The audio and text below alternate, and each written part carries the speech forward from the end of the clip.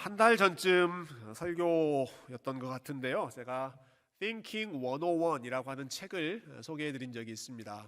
그 책의 저자가 안우경 우리 한국인 교수님이신데 이분은 예일대학교에서 이제 학생들에게 심리학을 가르치시는 교수님이셨습니다. 근데 이분이 한국인답게 굉장히 특이한 수업을 하시더라고요. 수업 시간에 우리 한국의 자랑스러운 K-팝 그룹인 BTS 뮤직비디오를 보여준답니다. BTS 뮤직비디오를 보여주는데 그 영상 중에 한 6초 정도 BTS가 하는 여러 안무 중에 제일 쉽다고 할 수 있는 안무 6초를 보여주고 한 번 보여주는 게 아니라 10번을 보여주고 그리고 빨리 보여주지 않고 어떤 경우에는 슬로우 모션으로 천천히 보여주고 그 내용들을 다 익힐 수 있도록 그렇게 충분히 시간을 준 다음에 학생들 중에 이 동작을 그대로 따라할 수 있는 사람이 있으면 나오라고 나와서 한번 해보라고 초대를 하는데요.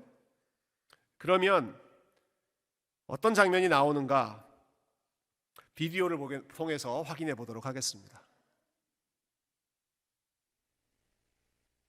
네, 여러분 이 장면이 어떠신가요? 엉망진창이죠. 난장판입니다. 나름 이 춤에 대해서 자신 있다고 생각한 그 학생들이 나와서 춤을 추는데 잘 맞지를 않죠. 뭘 보여주려고 하는 것인가? 이 교수님은 이렇게 표현했더라고요. Illusion of fluency. 영어로 말하면 Illusion of fluency고 한국말로 하면 유창성이라고 하는 착각. 이렇게 번역할 수 있을 것 같아요. 내가 유창하게 할 수 있다고 생각하는데 그게 착각이다라는 것입니다. 내가 이 비디오 많이 봤고 저렇게 하면 몸이 움직이겠구나 충분히 이해했다고 생각하고 나갔는데 실제로 해보면 뜻대로 되지 않는다라는 거죠. 우리가 흔히 그런 이야기를 많이 합니다. 머리에서 가슴까지의 거리가 제일 길다. 아는 게 우리의 가슴으로 잘 내려오지 않는다. 그런 표현들 많이 쓰는데요. 여러분 그보다 더 거리가 먼 것은 가슴으로부터 손까지의 거리입니다. 우리가 머리로 알고 이해하고 마음으로 감동을 받고 내가 저렇게 한번 해봐야지 결심하지만 그게 실제로 손으로 발로까지 이어지는 것은 정말로 다른 영역입니다. 너무너무 힘든 것이 마지막 손발의 열매로 나타나는 것이죠. 우리 신앙생활도 마찬가지인데요. 제가 오늘 설교의 제목을 아멘 그 이후라고 붙였습니다. 우리 제목 한번 같이 읽어볼까요? 시작. 아멘 그 이후. 아멘 그 이후의 삶이 중요하다라는 것입니다. 이스라엘 백성들이 하나님 앞에 아멘을 많이 외쳤습니다. 느헤미야 8장에서 또 느헤미야 9장에서 그들이 하나님 말씀을 들을 때 아멘 아멘 더블 아멘을 외치기도 하고 그리고 전 백성들이 하나님 앞에 회개하면서 기도하는 가운데 또 열심히 하나님 앞에 아멘을 외쳤을 것입니다. 우리가 입으로 함께 모여 있을 때 아멘으로 우리의 믿음을 고백하는 것도 중요한 일이지만 사실 더 중요한 것은 그 이후에 우리가 어떻게 살아가느냐 하는 것이 더 중요한 일이죠. 8장과 9장의 내용은 하나님께서 우리를 위해 이런 일들을 행하셨다. 참 감사하다. 그래서 이스라엘 백성들이 아멘을 외쳤습니다. 그리고 넘어가서 오늘 우리가 읽은 10장은 그러니 우리도 하나님을 위해서 이렇게 살자. 우리가 하나님을 위해서 이렇게 섬기자.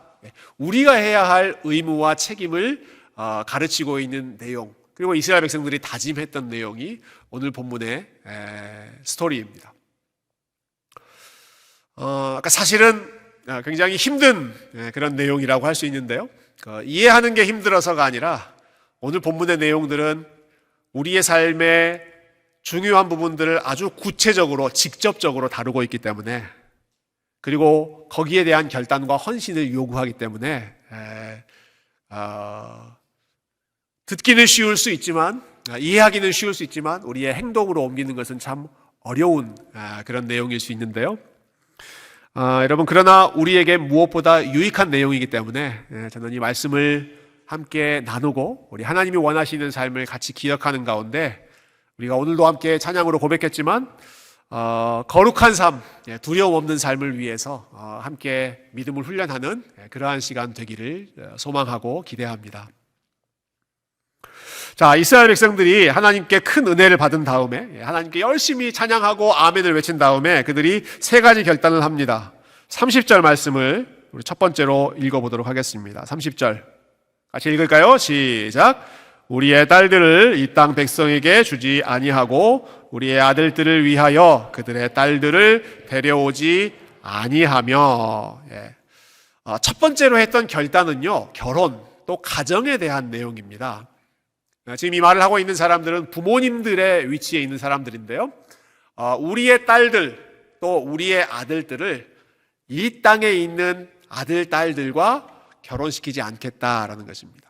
여기서 말하는 이 땅의 딸들이라고 하는 말은 하나님을 알지 못하는, 믿음이 없는 사람들을 가리키는 용어이죠.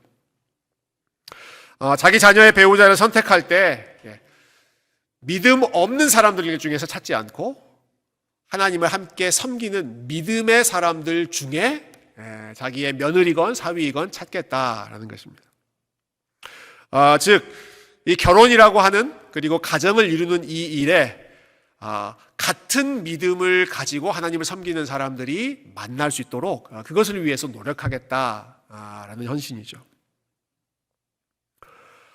물론 우리 교회 안에는 여러 가정들이 있는데요, 그 중에서 두 분 중에 한 분이 먼저 믿으신 분이 있고 아직 믿음이 없는 분도 계시고, 그래서 믿음이 생기기를 위해서 함께 기도하는 그러한 가정들이 많이 있습니다. 그리고 또 감사하게도 열심히 기도한 결과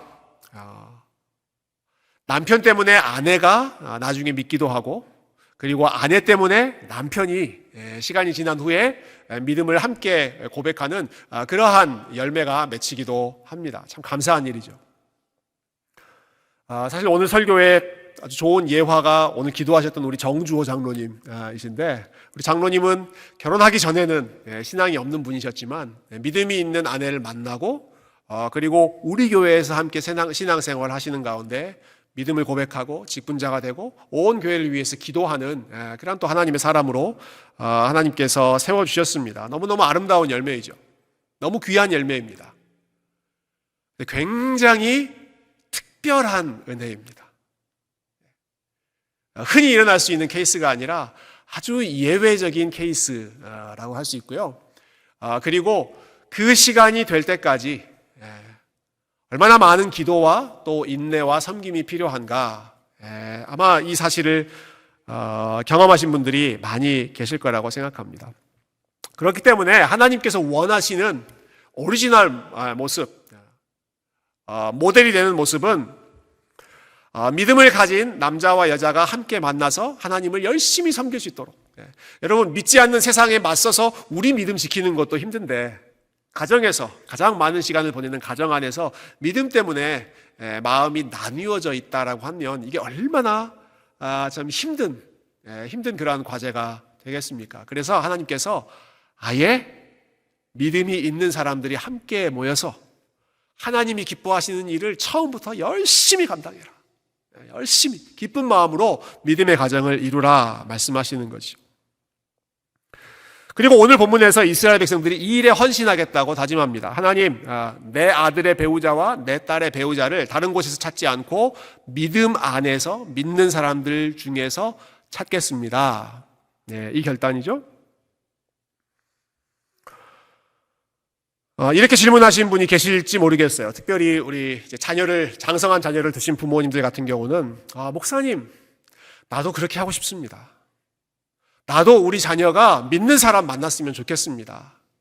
그런데 그게 뜻대로 잘 안 됩니다. 그게 많은 부모님들의 기도 제목 아니십니까?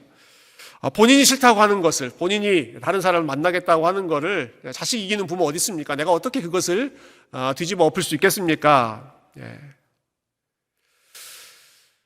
여러분, 이 부분에 대해서는 이 성경이 기록된 당시의 배경을 우리가 좀 생각하는 게 필요할 것 같아요. 여러분, 오늘날은 결혼을 정하는, 선택하는, 결정하는 당사자가 신랑 신부 본인이지만 예전에 그렇지 않았습니다. 성경이 기록될 당시에는 부모가 결정하는 것이었습니다. 부모가 선택하고 부모가 모든 것을 결정하는 그러한 위치에 있었기 때문에 부모님들이 그렇게 하겠다고 마음 먹으면 그렇게 믿음 있는 자녀들을, 또 새로운 가족들을 얻을 수 있는 거죠. 문제는 그 당시에 이스라엘 백성들의, 특별히 부모의 위치에 있는 분들이 그렇게 하지 않았다는 것입니다. 믿음이 있는 사람을 받아들이는 것이 아니라 믿음 없는 세상에 있는 사람들을 받아들였는데, 왜 그렇게 했는가? 당시에 하나님을 믿지 않는 사람들이 믿는 사람들보다 훨씬 더 세상적으로, 우리가 소위 말해서 잘 나갔기 때문입니다. 이스라엘은 오랫동안 지금 나라가 없습니다. 지금도 페르시아 제국의 식민지입니다. 예루살렘은 성벽이 무너진 채로 수십 년, 거의 100년 가까운 시간이 지났습니다. 그러니까 이스라엘 백성들의 삶은 경제적으로 굉장히 어렵습니다. 사회적으로 자리를 잡는 것도 힘듭니다. 반면에 페르시아 제국의 사람들이라든지 이스라엘 주변의 다른, 예루살렘 주변의 다른 사마리아 지역의 사람이라든지 그들이 훨씬 더 안정적인 조건을 가지고 있는 사람들이었습니다. 그래서 부모님들이 이 문제에 있어서 결정할 때 믿음보다 세상적인 조건을 더 중요하게 생각했던 거죠. 그래서 믿음이 있는 유대인들 중에, 이스라엘 백성들 중에서가 아니라 세상적으로 더 안정적이고 좋은 조건을 가지고 있는 다른 민족 중에서 사위와 며느리를 드리는 이러한 일들이 많이 있었고, 이스라엘 백성들은 이 문제에 대해서 하나님, 우리가 변화하겠습니다. 이 문제 더 이상 우리가 타협하지 않고 결혼과 또 가정을 세우는 문제에 있어서 무엇보다 믿음을 우선순위로 두겠습니다. 여러분 이해하셨죠? 부모님 되신 분들, 우리 자녀들을 위해서, 특별히 배우자를 위해서 많이 기도하시고, 또 믿음의 풍성한 모습을 자녀들에게 모범으로 보여주시고, 그리고 좋은 신앙 안에서 며느리와 사위와 좋은 새로운 가족을 얻는 그러한 복을 누리실 수 있기를 주님의 이름으로 축원드립니다. 여기 청년들이 많이 있는데요. 우리 3부 예배는 사실 청년들에게 더 필요한 메시지입니다. 요즘에 결혼은 당사자들이 거의 다 결정하는 거니까요. 우리 청년 여러분, 형제자매 여러분, 멀리 가서 찾지 말고 가까이에서 찾으시기를 바랍니다. 멀리 가서 찾지 말고요. 교회 안에서 함께 믿음을 나누고 교제할 수 있는 여러분, 그런 분들을 만나고 또 알아가고 좋은 공동체 안에서 믿음의 가정을 이루는 것은 너무너무 귀하고 복된 일입니다. 여러분, 이러한 복이 우리 교회 청년부 안에서, 청년들이나 아니면 청년의 자녀를 둔 여러 부모님들의 삶 가운데 이러한 복이 넘치기를 소망하고, 뿐만 아니라 이미 결혼의 관계 안에 들어가 계신 분들이시라면 여러분이 생활하고 있는 그 결혼의 관계, 가정 안에서 다른 어떤 것보다도 믿음이 우선순위가 될 수 있도록, 하나님이 중심이 되도록 여러분 그 일을 위해서 함께 마음을 모으고 기도하실 수 있는 우리 교회 모든 성도님들 다 되시기를 주님의 이름으로 축원드립니다. 두 번째로 결단했던 게 있습니다. 31절, 이스라엘 백성들이 하나님께 은혜 받고 아멘을 외친 다음에 두 번째로 결단했던 것은 시간과 관련된 내용인데요. 우리 31절을 같이 읽어볼게요. 시작. 혹시 이 땅 백성이 안식일에 물품이나 온갖 곡물을 가져다가 팔려고 할지라도 우리가 안식일이나 그들에게서 사지 않겠고 쉬게 하고 모든 빚을 탕감하리라 하였고, 여기는 안식일 또 안식년 이런 규정이 나옵니다. 일주일에 하루는 우리가 하나님 예배하는 일을 위해서 전념하겠다. 그리고 7년 중에 1년, 6년 동안 일하고 7년째 되는 날은 하나님 말씀에 순종해서 그냥 우리가 쉬면서, 그러나 하나님이 공급해 주시는 것으로 만족하며 살겠다. 이게 보통 믿음이 필요한 일이 아니죠. 왜냐하면 주변에 있는 다른 사람들은 더 열심히 일하고 더 많은 시간을 들여서 경쟁적으로 앞으로 치고 나가고 있기 때문에, 그렇지 않아도 지금 이스라엘은 열악한 상황이고 경제적으로 뒤처져 있는 상황인데 남들보다 더 많은 시간 일해도 모자랄 판에 우리는 하루는 완전히 쉰다. 우리 하나님 앞에서 완전히 안식을 누린다. 7년 중에 1년은 그냥 우리는 아예 쉬겠다. 그리고 하나님께서 우리를 지켜주실 것을 우리가 기다리겠다. 쉬면서 하나님께 그 삶을 온전히 맡기는 이 예배의 훈련, 시간의 주인이 하나님이라고 하는 것을 이스라엘 백성들이 결단하고 헌신합니다. 여러 가지 현실적인 이유, 여러 가지 핑계 대면서 하나님 앞에 예배드리고 또 한 날을, 주일을 거룩하게 구별해서 지키는 일, 이 일을 소홀히 하지 않겠다라고 하는 결단이죠. 사실 이 두 번째 내용은 지금 이 자리에 계신 분들이 이미 프랙티스하고 있는 부분이기 때문에 여러분, 다른 여러 가지 참 중요한 일들이 있음에도 불구하고 다 내려놓고 지금 하나님 예배하는 이 자리에 나오지 않으셨습니까? 예배를 중요하게 생각하고 그리고 하나님 안에서 안식을 누리기를 사모하는 이 믿음의 결단이, 또 이 믿음의 모습이 여러분의 삶에 더 풍요롭게 아름다운 열매로 맺혀질 수 있기를 다시 한번 주님의 이름으로 축원드립니다. 자, 마지막 세 번째 이스라엘 백성들이 결단했던 내용을 함께 살펴보고 오늘 말씀을 정리하겠습니다. 오늘 본문에서 가장 많은, 길게 설명되고 있는 내용인데요. 자, 32절부터 39절까지 아주 길게 나오는 그 내용들을 보면 모든 것을 한마디로 정리하면 이 내용은 다 하나님께 드리는 헌금과 관련된 내용입니다. 이스라엘 백성들이 하나님 앞에, 하나님, 우리가 하나님께 기쁜 마음으로 그리고 열심히 헌금하며 우리의 물질을 드리겠습니다. 물질적인 헌신을 다짐하는 내용이 오늘 본문의 대부분을 차지하고 있습니다. 여러 종류의 헌금이 나오죠. 성전을 관리하는 데 필요한 세금, 일종의 텍스와 같은 것을 우리가 하나님께 드리겠습니다. 그 당시에는 제사를 드릴 때 나무에 불을 태워서 제물을 바쳤기 때문에 거기에 필요한 나무, 우리 각 마을별로 또 각 패밀리별로 우리가 드리겠습니다. 우리가 농사 짓고 나서 처음 익은 열매, 곡식, 첫 열매 하나님 앞에 먼저 드리겠습니다. 우리 집에서 키우는 가축 중에 소나 양 이런 것 중에 제일 먼저 태어난 첫 번째 firstborn 새끼 하나님 앞에 먼저 드리겠습니다.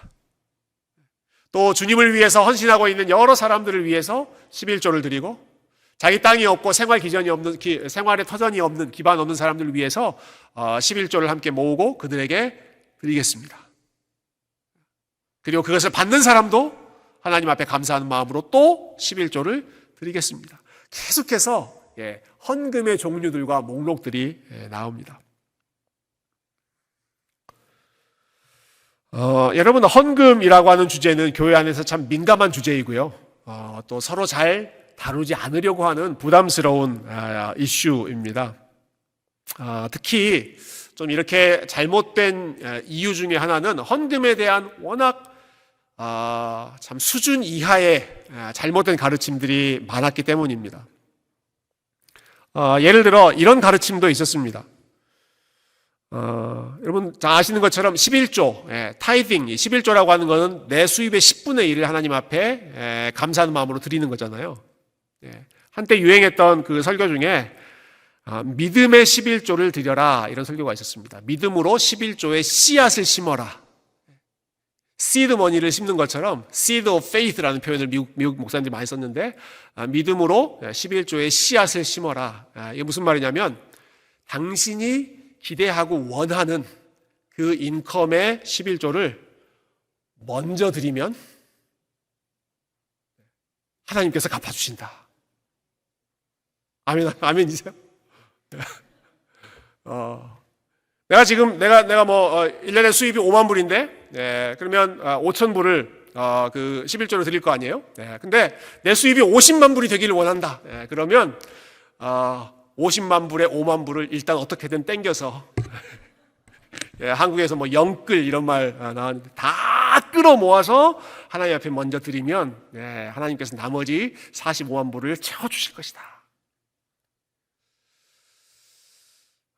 여러분이 웃으신 이유는 이게 말이 안 되는 설교이기 때문에 여러분이 웃으셨다고 저는 생각합니다.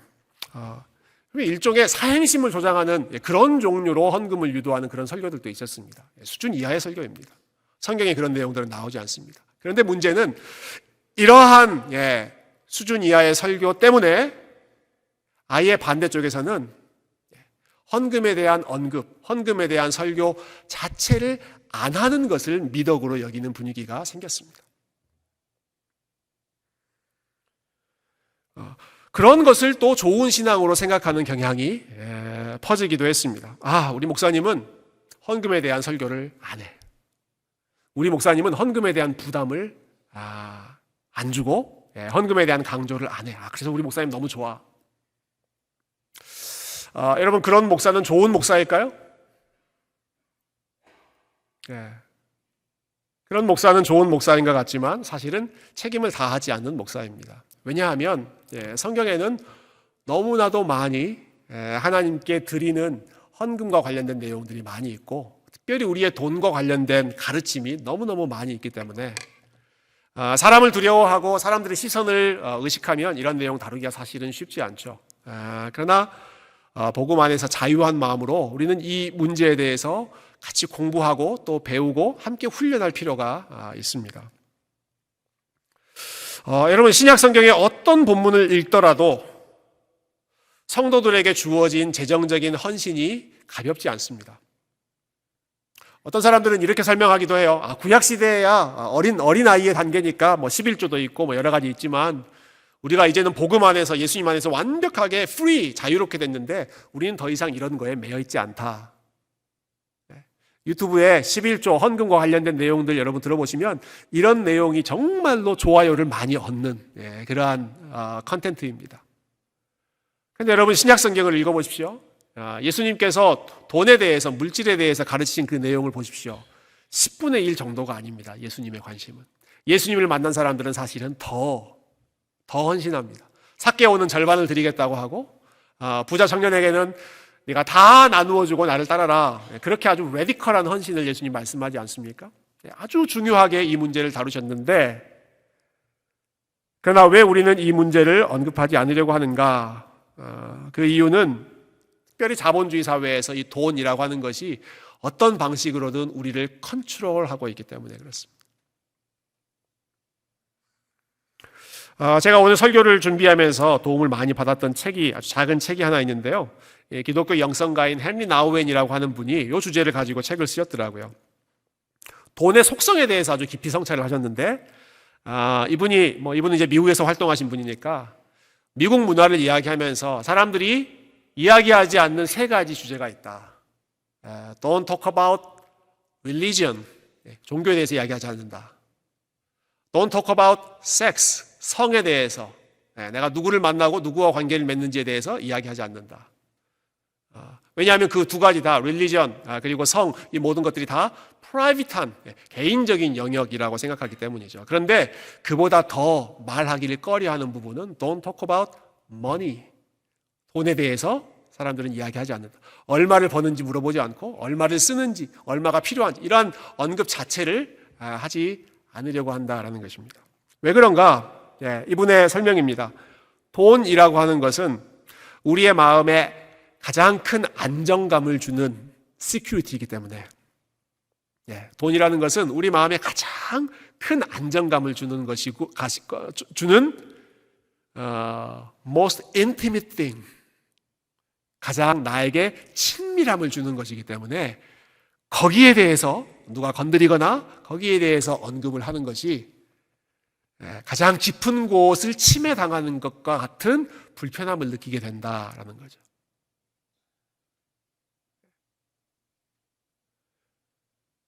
여러분, 그래서 지금 제가 벌써 한 10분 가까이 돈과 헌금 이런 주제를 지금 이야기하고 있습니다만은 벌써 분위기가 안 좋지 않습니까? 여러분, 어떤 마음이 드세요? 좀 마음이 불안하지 않으세요? 마음이 불안하지 않으세요?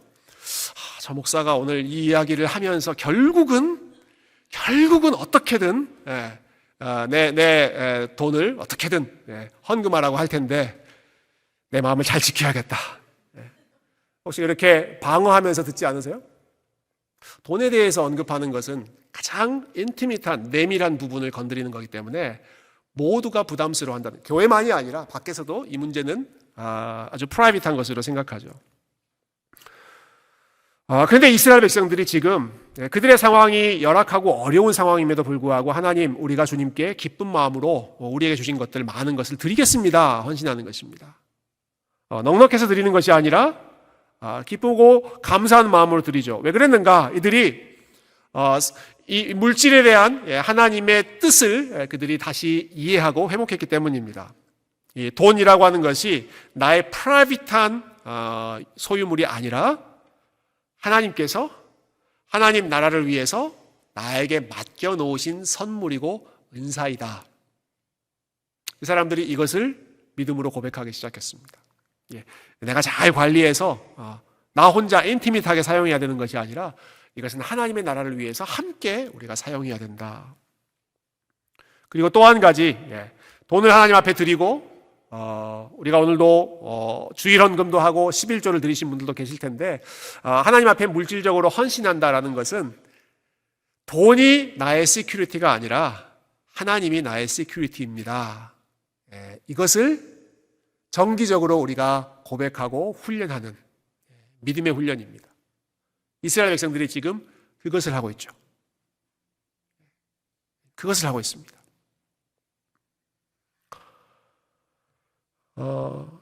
제가 방금 소개했던 그 헨리 나우엔의 책 제목이 Fundraising as Ministry라고 하는 책입니다. Fundraising as Ministry. Fundraising 하는 것은 사역이다, 섬김이다라는 거예요. 그 책에서 참 그 도전을 받았던 부분 한 구절 제가 인용하겠습니다. 복음의 관점에서 볼 때 fundraising은 구걸이 아니다. Fundraising is not a begging 이런 표현을 썼더라고요. 구걸이 아니다. fundraising은 위기 상황에 대한 반응도 아니다. 우리가 이렇게 지금 부족하고 어렵기 때문에 여러분 도와주십시오. 도움을 요청하는 것도 아니다. fundraising은 ministry, 사역의 한 형태이다. 우리의 비전을 알리고 그리고 그 비전에 동참할 수 있는 기회를 함께 나누는 것이다. 그래서 이 이야기를 할 때 부끄러워하지 말고 어색해하지 말고 기쁜 마음으로 하나님의 일을 함께 할 수 있는 그 기회를 공유한다는 마음으로 기쁜 마음으로 펀드레이징을 하라 라고 하는 그런 책의 내용이었습니다. 그래서 저도 오늘 이 말씀을 바탕으로 아주 자유한 마음으로 여러분들에게 권면을 드리고 싶습니다. 하나님께서 여러분에게 주신 물질 또 여러분에게 주신 좋은 것들을 우리 주님을 위해서 기쁜 마음으로 드리시고 사용하실 수 있기를 주님의 이름으로 축원드립니다. 그 일에 우리가 함께 동참할 수 있다는 것이 사실은 참 복된 일입니다. 여러분, 우리 교회가 여러 가지 면에서 참 하나님이 기뻐하시는 일에 힘을 모으는 그런 교회가 됐으면 좋겠는데요. 저희 교회가 여러 선교사님들을 후원하고 있습니다. 우리가 지난 금요일 저녁에도 같이 파나마 비전 트립 보고를 나눴지만 정말 신실하고 그리고 실력 있고 열심히 사역하시는 선교사님들을 우리 교회가 함께 만나게 된 것이 얼마나 큰 복인지 모릅니다. 정말 퀄리티 있는 그리고 하나님 너무너무 사랑하는 그러한 선교사님들, 오늘 저녁에도 우리가 그 선교사님들을 만나겠지만 이런 분들을 우리가 함께 만나고 후원할 수 있다는 건 너무너무 복된 일입니다.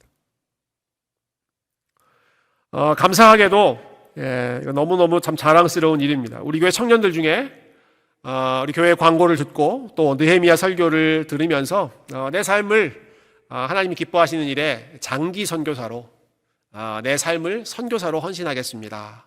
이렇게 결단한 청년들이 나왔습니다. 그래서 같이 상담하고 내년부터 같이 우리 신학 훈련을 받고 선교사 훈련을 받기로 했습니다. 저희 교회의 자녀들을 믿음으로 양육하고 참 하나님 나라의 기둥으로 훈련하는 일, 우리 교회가 감당해야 너무너무 중요한 사명이라고 생각하고 또 참 이 시대에 아틀란타 지역에 건강한 신학과 또 올바른 말씀을 함께 나눌 수 있는 그러한 영향력을 끼치는 것도 저는 우리 교회에 주신 사명이라고 생각합니다. 제가 교회는 건물이 아니라 사람이다 이런 말씀 많이 드리죠. 교회는 건물이 아니라 사람이다. 그런데 사람들이 모이기 위해서는 건물이 또 필요합니다. 우리 건물을 잘 관리하고 또 개선하고 필요한 경우에 또 확장하는 이러한 일에도 우리가 힘을 모아야 하는 그러한 상황이 되죠. 자, 하나님께서 우리에게 맡기신 여러 가지 사명을 감당하는 이 모든 일, 우리가 열심히 할 때 많은 것들이 필요하지만 여러분 그 중에 특별히 필요한 게 뭐가 있을까요? 뭐가 필요할까요? 돈이 필요합니다, 여러분. 네. 물질적인 헌신이 필요합니다. 이러한 일을 감당하려면 선교사를 후원하고 선교사를 훈련하고 우리 자녀들을 교육하는 이 일에는 성도님들이 한 마음으로 모으는 물질적인 헌신이 너무너무 필요합니다. 저희 교회에서 모든 교회가 마찬가지겠지만 11월 이 한 달은 특별히 예산을 준비하는 일에 굉장히 바쁜 시즌인데요. 그래서 당회도 모이고 또 오늘 오후에 우리 팀장님들도 모이고 합니다. 근데 이 일들을 준비하는 가운데 문득 이런 생각이 들었습니다. 교회 예산을 준비하는 건 누가 해야 되는가? 교회 예산을 같이 세우는 것은 누가 해야 되는 일인가? 라는 질문을 좀 해봤어요. 장로님들이 하고 우리 팀장님들 각 부서의 리더들이 계획을 세우는 것 당연히 필요한 일이지만 교회 예산은 누가 세워야 되는가? 역시 제가 자주 드리는 질문인데 여러분 누가 교회입니까? 교회는 누구입니까? 교회는 우리입니다. 교회는 우리예요. 저와 여러분 한 사람 한 사람이 교회거든요. 우리가 한 사람 한 사람이 교회라면 교회의 예산을 세운다라고 하는 건 누가 해야 되는 일일까요? 사실은 우리 모두가 다 해야 되는 일입니다. 교회 리더들만 고민하는 일이 아니라 교회 예산을 함께 세워나가는 일은 각 개인이 같이 고민하고 또 플래닝을 해야 되는 일입니다. 하나님께서 주시는 마음 가운데 하나님께 기도하는 가운데 그리고 이것은 일괄적으로 명령할 수 있는 일이 아니고 각자의 믿음의 분량에 따라서 해야 되는 일이지만 우리 가정이 그리고 우리 개인이 특별히 3부 예배 나오는 우리 청년들 청년의 때에 정말 돈이 없는 시기지만 여러분 그때 훈련하는 게 정말 필요합니다. 그때 훈련하는 게 나중에 내가 돈을 많이 벌고 넉넉해졌을 때가 아니라 정말 생활비가 부족한 그런 상황 속에서 작은 것을 내가 하나님 앞에 드리는 그 훈련을 청년들도 해야 되고 우리 교회 안에 있는 여러 가정들이 지금 우리 가정의 상황 속에서 또 내년에 우리가 어느 정도 버짓 플래닝을 할 수 있을지 여러분 헌금에 대해서 선교비를 우리 가정이 어느 정도 플래닝을 할 것인지 우리 교육을 위해서 혹은 장학을 위해서 스칼러십을 위해서 어떻게 우리가 마음을 모을 수 있을 것인지에 대해서 교회 리더들만이 아니라 사실은 개인적으로 우리가 같이 플래닝을 하고 같이 계획을 세우는 것이 그게 교회 예산을 세우는 공동체적인 노력이겠다라는 생각이 들었습니다. 억지로 할 수 있는 일이 아니지만 여러분 하나님께서 여러분에게 믿음의 분량을 주셨다면 그냥 습관적으로 기계적으로 하는 게 아니라 이 일들을 위해서 내가 이렇게 더 준비하고 헌신하겠다 함께 고민하고 함께 기도하는 가운데 하나님이 기뻐하시는 일에 적극적으로 함께 동참할 수 있는 우리 새교회가 되었으면 좋겠고요. 그리고 무엇보다 이러한 과정 가운데 이것을 억지로 혹은 의무감으로 하는 것이 아니라 우리 예수님께서 하셨던 말씀처럼 주는 자가 받는 자보다 복되다라는 말씀이 있잖아요. 주는 것이 받는 것보다 복되고 그리고 우리에게 주신 모든 것이 하나님께서 우리에게 맡겨주신 결국은 우리 하나님께 돌려드려야 할 삶의 열매이기 때문에 이 문제에 대해서 같이 지혜롭게 계획하고 기도하고 넉넉한 마음으로 우리 주님께 헌신할 수 있는 그런 믿음의 사람들, 믿음의 공동체 우리 새교회가 될 수 있기를 주님의 이름으로 축원드립니다. 함께 기도하겠습니다.